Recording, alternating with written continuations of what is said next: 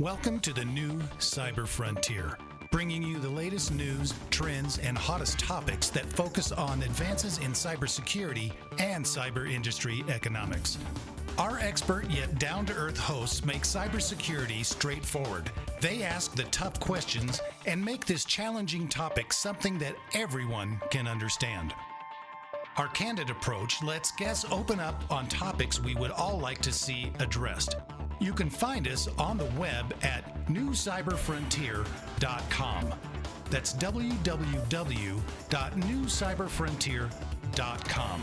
Now join today's host as he introduces the topic for today's new Cyber Frontier. Welcome everybody to a new edition of the New Cyber Frontier. I have a very special guest with me today, all the way from the Colorado Springs Chamber and EDC. We have Reggie Ash. Reggie is the Chief Defense Development Officer at the Chamber. Welcome, Reggie, to the show. We're glad to have you this week. Thanks, Sean. Thanks for inviting me. It is a great privilege to be with you here today. Yeah, and so, one of the things that you contribute to the local chamber and to the community, especially in your role as the Chief Defense Development Officer, is to stay on top of those things that could be regulatory or affect jobs or affect business or business growth as it relates to those things that are defense related. And so your office is also known for having strong connections in local government, state government, and federal government. Can you give us a little bit of insight of what your role is at the Chamber in EDC? Absolutely, Sean. I say I do three things. First of all, I connect our business community with our 5 military installations here. Second of all, I advocate on behalf of our airmen, soldiers, and guardians. You know, and probably most of your listeners know, that when you're in uniform or just in general employed by the executive branch, there are things that you can't necessarily say publicly. There are things you can't say to our elected leaders. I get to say those things for them. A lot of our military leadership here come talk to me and say, hey, Reggie, can you advocate on our behalf on this issue? And then lastly, is, as you were just describing, is trying to promote the defense and aerospace economy here in Colorado Springs. And what that looks like is first of all, it's working with our Military Affairs Council, our Defense Mission Task Force, and our Military Spouse Career Coalition. But it's also doing those things that help for the growth of the military missions that are here. And it might be advocating for CDOT, Colorado Department of Transportation, to do an infrastructure project. And they did that 2 years ago, and they got federal funding for a military transportation infrastructure project affecting all of our installations in the area. And a lot of it is advocating that the DoD keeps the units and missions here that we've got here and brings new ones here, and that includes U.S. Space Command. Oh, U.S. Space Command. That's been a hot topic here lately over the past couple of years. There's a lot of infrastructure that's here. There's a lot of mission that's already here, and there's discussion as to the announcement last year as to where that's actually, or earlier this year, where that's actually going to go. And you've been a key supporter and an advocate and speaking with our government leaders as to why, from a job perspective, from a business perspective, from a strategy perspective, your former active duty, how long did you spend in the Air Force?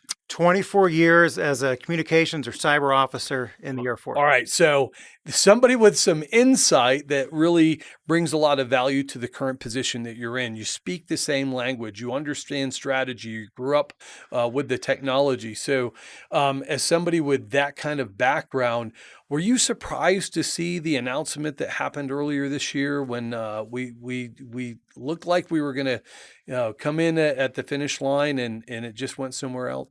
So actually, I wasn't surprised, but that's because we had intel on it. And we actually, 2 years ago in 2019, Colorado won. Then there was a basing process in 2019 that we won. But Florida played tremendous politics. Governor DeSantis is good friends with President Trump.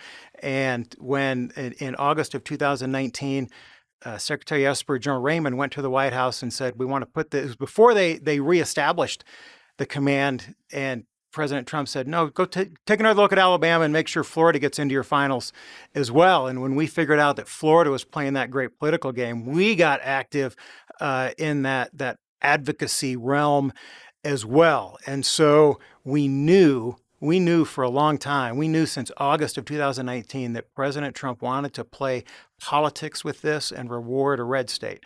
So were we disappointed? Heck yeah, we were really disappointed. Were we surprised? No. Okay, well, that's fair enough. At the end of the day, politics do come into favor, and that's how some people get reelected. But at the end of the day, when we take a look at balancing, if you look at it from a realistic standpoint, why does Colorado look better than any other choice that's been recommended? Oh, for so many reasons. We're the better location. Let me just start with it is Colorado. It's Colorado. We're the epicenter of national security space. There is just so much here in national security space, and then the cybersecurity realm as well. There's so much here. So let's talk about the key partners. One of the most important partners for U.S. Space Command is NORAD and U.S. Northern Command, NORAD Northcom, for the protection of the United States and North America as well. And if we keep it at Peterson, they're right next door. And in fact, the commanders are sharing a fence in their backyard. I've talked to a previous commander of NORAD Northcom who says, oh yeah, we'd have conversations, barbecuing in the backyard, conversations over the fence all the time. And when the two bosses get along that well, that just filters out through everything else. And so when everybody at all echelon is getting along and collaborating and the kids are playing soccer together, there's just so much collaboration that happens there. And then you look at all the other units that they need to collaborate with, and you start with the main components of the Space Command, and you've got the Space Force's Space Operations Command that is here. We've got Cheyenne Mountain. We've got the National Space Defense Center, JTF Space Defense, Joint Task Force Space Defense, of which the National Space Defense Center is a part of that, and that's at Schriever Air Force Base. And there's just so much here. And then you've got the Survivable Communications Network that is here, and there's just no place else that has all of that. And then the workforce and the corporate industry that is supporting that military network here as well. It's just awesome, and nobody else comes close to that. Yeah, this is a great conversation. We're talking to Reggie Ash from the Colorado Springs Chamber and EDC. Reggie's the Chief Defense Development Officer over at the Chamber.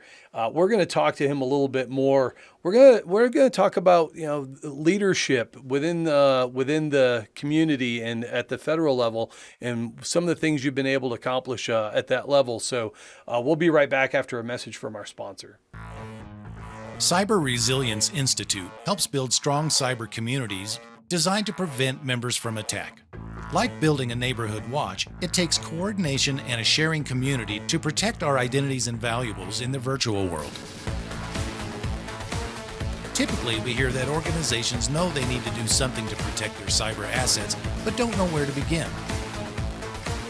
Let Cyber Resilience Institute help your community create an action plan. Cyber Resilience Institute will build your community or business marketplace so that it is designed to support a collective cyber defense. Contact them for more information at cyberresilienceinstitute.org. Welcome back to the new Cyber Frontier. We have Reggie Ash, who is the Director for Defense Development. He's the Chief Defense Development Officer over the Colorado Springs Chamber and EDC. We've been talking about Space Command and all the reasons why it makes sense to everybody, but a couple of people, it seems, as to why it makes sense to stay here. What have we accomplished, or where have you had some influence recently, especially with our political leaders here in Colorado and other states? John, that's a great question. Let me just say that our elected leaders, from Mayor Suthers and our county commissioners through Governor Polis and our congressional delegation, have just been tremendously engaged in all of this. Even Governor Polis engaging directly with President Trump a number of times. And in fact, when President Trump was here in February of last year for a political rally, Governor Polis surprised everybody in the state by showing up at Air Force One to greet President Trump and went on to the airplane to say, President Trump, you need to put it here. And oh, by the way, he was using the talking points that the Chamber and EDC gave him. There you go. So, we've had a tremendous relationship with all of our elected leaders advocating for this. And you asked about recently. And so a couple of weeks ago, the commander of the U.S. Space Command, General Dickinson, Army General Dickinson, was testifying in front of the House Armed Services Committee and the Senate Armed Services Committee. And we worked very closely with our delegation to feed them some questions and some talking points, and those got asked. And, Congressman Doug Lamborn really landed some great points. And the biggest point that he landed was that Huntsville, Alabama does not have the survivable communications network. You mentioned that earlier. Here. Explain what that is to our listeners. What is that? What does that mean? When a military person talks about a survivable network, they're talking about a network that can survive a high altitude electromagnetic pulse. HEMP is what it's called. HEMP. Okay. And communications network needs to be protected from that because hemp, such as from a nuclear explosion, or more commonly, if you've seen Ocean's 11, they let off they do a hemp pinch in that. A bit different than a nuclear thing and fictional, of course, but it's the same concept as you saw in Ocean's 11, where it just knocks out all the electronics. And if you knock out all the electronics, you can't communicate with anybody. And so how does a commander command his troops? How does he command the forces? And so if they were to move to Huntsville right now, that commander could easily be decapitated. He'd be blind, deaf, and dumb, wouldn't be able to communicate and command the operational forces that Space Command is responsible for. So that's the first thing that an adversary would do. So they wouldn't be able to communicate. That's right. That's the first thing an adversary would do, is to take out that commander so that the commander could not communicate with the forces that he or she is supposed to be in command of. And so that doesn't sound like a really cheap initiative to build that type of resiliency.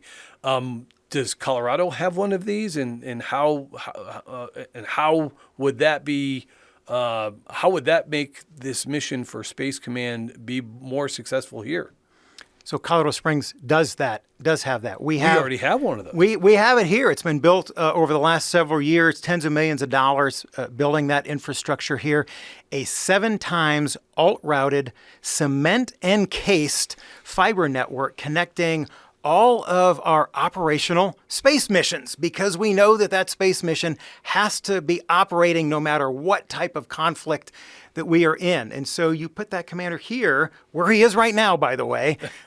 You keep that commander here, and they've got that already. There's nothing that is going to knock that commander off of the communications network, because it is survivable. It is here now. And Congressman Lamborn asked that question during the House Armed Services Committee, and General Dickinson said, no, it does not exist in Huntsville, and we would have to build it there. That's awesome. Well, it's great having that type of leadership, having that amount of insight, having the ability to educate our leaders as to what are the right questions to ask. I mean, when we talk about the value that a chamber brings to its community, we're not just looking at jobs. We're looking at things that revolve around those things that make us community, such as jobs, such as industrial, such as the military, the missions that are being supported by defense industrial base, the large companies. And so that takes a strategic vision at a higher level within the chamber. How do you contribute to that? So that's a great question. It's all the connections that we have. You mentioned the connections to our elected leadership. It's the connections to our business community here, and it's the great connections that we've got on the military installations as well. And so, we used all those connections 2 years ago. It was August of 2019 when everyone was expecting, because the Air Force had said, we're going to make this announcement in August, because the military, before you create a unit, or in this case, reestablish a unit because U.S. Space Command did exist right here at Peterson Air Force Base from 1985 to 2002. But before you stand up a new unit, you do a basing process. You figure out where you're going to locate it before you stand it up. Just makes common sense. And so they were on track for that. And then, as I said, in August of 2019, President Trump made them go back and redo that. But before we knew that President Trump had made that decision, we were getting through all those connections that I was just talking about. We were able to say to our community leaders here, it's not going to be announced this month. That if it's on the merits, we win. But it's not going to be on the merits. This is going to be a political decision by President Trump, and he might even use it for applause at his rally, which he did here at the World Arena. And we said he was going to he wanted to reward a red state at the end. And so we rallied this community. And in January of 2020, the Chamber EDC Board of Directors voted unanimously that we would start a public advocacy, a PR and advocacy campaign focused inside the Beltway of D.C. And we did that. And that did two key things for us. That set us up in two key ways right now. Because of that campaign, we had the advisors that on Monday, January 11th, called me and said, Reggie, an hour ago, Air Force Secretary Barrett walked into the White House to talk to U.S. Space Command. And then 24 hours later, they called me and said, Reggie, I'm sorry, we got bad news. It's good news, bad news. Secretary Barrett recommended Colorado. President Trump picked Alabama. Now, since then, through those connections that I was talking about, since then, we know that actually the first thing President Trump said was Florida. And everybody in the room said, boss, that's a really bad idea. There's just not enough there. And so they settled on Huntsville, Alabama, as they were a close second to Peterson Air Force Base. But they don't have, as I mentioned, the infrastructure that we've got here. You know, they've got a lot of rocket scientists down there. A lot of people want to talk to me about the rocket scientists that they've got in Huntsville. That's a different aspect of space, though, isn't it? It absolutely is. You know, last week I was talking to one of our contractors, one of our defense companies in this area, that their headquarters is in Huntsville, but they've got an office here, and they said that their technicians have trouble talking to each other because it's the space operators here talking about orbital mechanics and how you fly a satellite, talking to the rocket engineers down there in Huntsville, and they speak different languages with each other. And so you can't just pick up a command that is focused on space operations and move it to Huntsville. You know, Huntsville does some great work in terms of R&D for rockets and the launch capability, but in the Space Force, launch isn't even an operational asset. It's part of acquisitions. It's not part of Space Operations Command. This is crazy. This is a great conversation we're having with Reggie Ash from the Chamber and EDC. We're going to have a quick break with our sponsor, and we're going to come right back and finish this conversation up.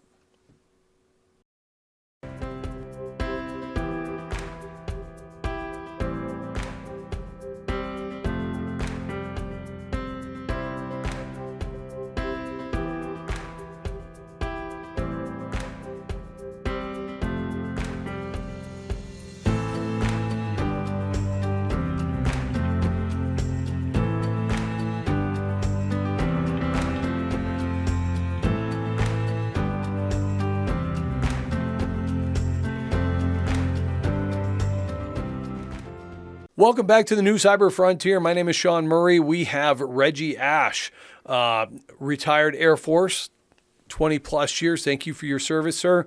Chief Defense Development Officer. Great contribution using, that experience on the military side. Lots of influence that you have with political leaders, business leaders within the community. We've been talking about the U.S. Space Command and why it should stay here. We've talked about technical reasons. We've talked about dollars and cents. To be on to advocate both sides. One of the biggest challenges that some advocates have that makes it more of a challenge here in the community is because of the lack of affordable housing. What would you say from that perspective to those who would be listening? So housing in Colorado Springs is slightly more expensive than the national average. In Huntsville, it is the housing is significantly less than the national average, but I've talked to some real estate experts, and they said that that's because there's a level of like $80,000 houses that at Space Command professionals are not going to be living in. But there's a larger level of cheaper housing that's in Huntsville that brings that down. But when you look at the housing level of housing that Space Command professionals are going to live at, which, by the way, is the same as FBI technical professionals are going to want to live in, and the FBI is moving a headquarters there that in the next 5 years is going to add 3,000 people of the same type of technical professions that Space Command is looking for. And so within a few years, Huntsville is not going to have a housing advantage on Colorado Springs. Yeah, see, and these are those types of things that you really need to look at, right? So you talk about what it looks like today, but then all of a sudden 3, 5, 10 years down the road, you're struggling with the same types of issues. So it's really a non-issue. It really is. Let me tell you. So military people, veterans know that there's basic allowance for housing. BAH is how military people get paid for housing. And the Air Force, to make the numbers work, to show that the commander-in-chief's decision was the right answer, they looked at a 30-year projection of housing rates in Colorado Springs and in Huntsville. But they used last year's numbers. They didn't use this year's numbers. On January 1st, new BAH rates came out. Huntsville went up 12.8%, the highest increase in all of the DoD. Colorado Springs increased 2.9%. They didn't look at the new numbers. They looked at the old numbers. They didn't look at the fact that the FBI, that the federal government, was moving an additional 3,000 technical professionals into Huntsville. They didn't look at that either and the effect that was going to cause. Right. Kind of crazy. So let's take a look at the future. All right. So we have local government, and there are some initiatives that say we win the battle in the end and we bring things back. We were talking before the session about some of the commitments that local leadership are making towards, making progress there as well. Can you enlighten us on what some of that is? Yeah, Sean, I'll tell you what, I'll give full credit to Mayor Suthers and his team because they did a great job putting together an incentive package that was worth about $150 million.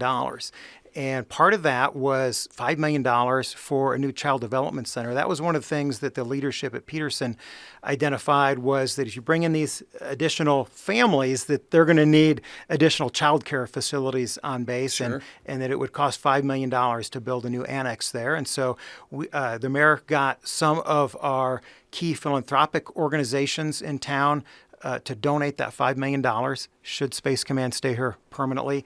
There were some tax incentives. There is, of course, the new aerospace engineering facility going in at UCCS that is so critical to developing that space workforce. And it's just things like that like I said, the mayor's office gets full credit for, and really the whole community, I think, gets credit for coming together on this initiative. Well, and this is one of those things that we talk about that a chamber does, right? It's not just from one perspective. You really do have to, you have to interact with the people, because it's the people that are going to give you what they truly feel, how they feel, what their perceptions are, whether they're real or perceived. If they're perceived, then in most instances they're real. And our political leaders need to have an understanding of what that message looks like. It's one of those things that the chamber can contribute to.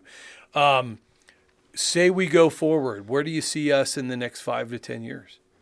Next 5 to 10 years, you know what? I wish I could say that I could guarantee we were going to win this, but it's in the political realm, and you just can't guarantee anything that's in the political realm. I can guarantee we're going to continue to fight hard on this for the foreseeable future. The General Accountability Office, the GAO, and the DoD Inspector General are both reviewing this independently, and they both have preliminary reports that are due out this summer. We're expecting that, less hopeful on the DoDIG because, they're looking, was anything illegal done? Well, it's not illegal for the commander-in-chief to make a decision, right? But the GAO will, we think, look at the impact that politics played on this.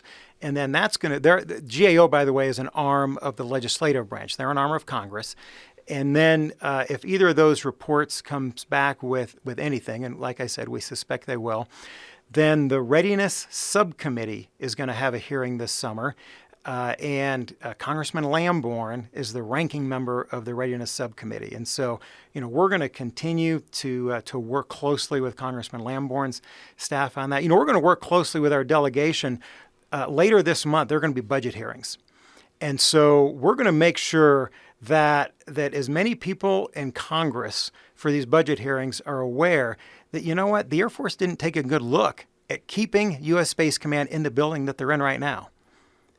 And if you compare the renovations and the things that would be required to keep them in Building 1 versus building a new MILCON, military construction project in Huntsville, and if you compare that to what they did in STRATCOM, the most recent combatant command to have a new facility, $1.3 billion in 7 years. So let's save $1.2 billion. Taxpayer dollars. Right. President Biden just proposed a $25 billion cut to the defense budget because he got rid of I don't want to get too far into the weeds, but he got rid of the overseas contingency operations budget and put that into the defense budget. So really, there's a $25 billion cut proposed to the defense budget. So boy, they could really use an extra $1 billion, couldn't they? And a little boost in the arm, right? A little boost in the arm. And hey, let's get them fully mission capable 7 years faster as well. And so there's a lot of reasons to keep them in Building 1 at Peterson Air Force Base, do a little bit of renovation there. And so, boy, you talk about 5 to 7 years, there's a whole lot of reasons that I think that they will be here, but it's in that political realm. And so we're just going to keep fighting. Well, that's great. We've been talking to Reggie Ash from the Chamber and EDC. He's the Chief Defense Development Officer over at the Chamber. Having a great explanation as to what the Chamber does to contribute from this perspective. The Chamber does so many other things as well in the community, but getting some insight into your realm and the level of rigor that it takes to foster and maintain those relationships. The political, we just had a big turnover of political advisors and political leaders. And so keeping up with them and then their advisors, right? And then staying committed to the local community, staying committed to local leaders, state leaders. It's not as easy as it looks. It's not kissing babies and shaking hands for the Chamber personnel behind the scenes. It literally is paddling like hell underneath the water while looking well on top. And I think you've done a great job contributing to that on behalf of the community. And so as part of the new Cyber Frontiers, as one of the personalities, I'd like to say thank you for contributing to our program. This one's local. We have an international audience, but I do appreciate your commitment to the community and continued commitment to everything that's going along with the Department of Defense, how it affects our community, from the job, from the defense industrial base, from the military side. Continue to keep that fight going. Appreciate you. Thanks, Sean. I really appreciate it. The paddling hard underneath the water, that's a very accurate description of it, and as well as the connections that we have throughout the community. And it really has taken the whole community. We had to do a funding campaign for that advocacy campaign inside the Beltway I talked about. And we had some very critical we don't have that money on our own. And so we had to find some donors, and Murray Security Services was one of our key donors. And so thank you, Sean, and thank you to Murray for that.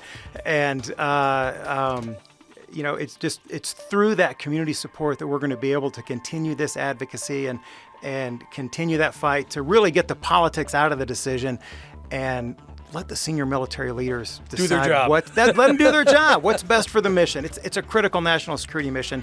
We shouldn't be playing politics with it. You're absolutely right. Thanks again, Reggie, for your contributions to the program. We'll see you on the next shot. Thanks, Sean. Glad to be here. Thank you for listening to New Cyber Frontier. Remember to follow or like our post and circulate each new show to your networks. We keep you informed bring you the latest news, explore new trends, and find the hottest topics. With New Cyber Frontier, you don't have to be a computer or cybersecurity expert, just get plugged in. We encourage you to get involved. Tell us what topics interest you and join our mailing lists. You can find us on the web at www.newcyberfrontier.com.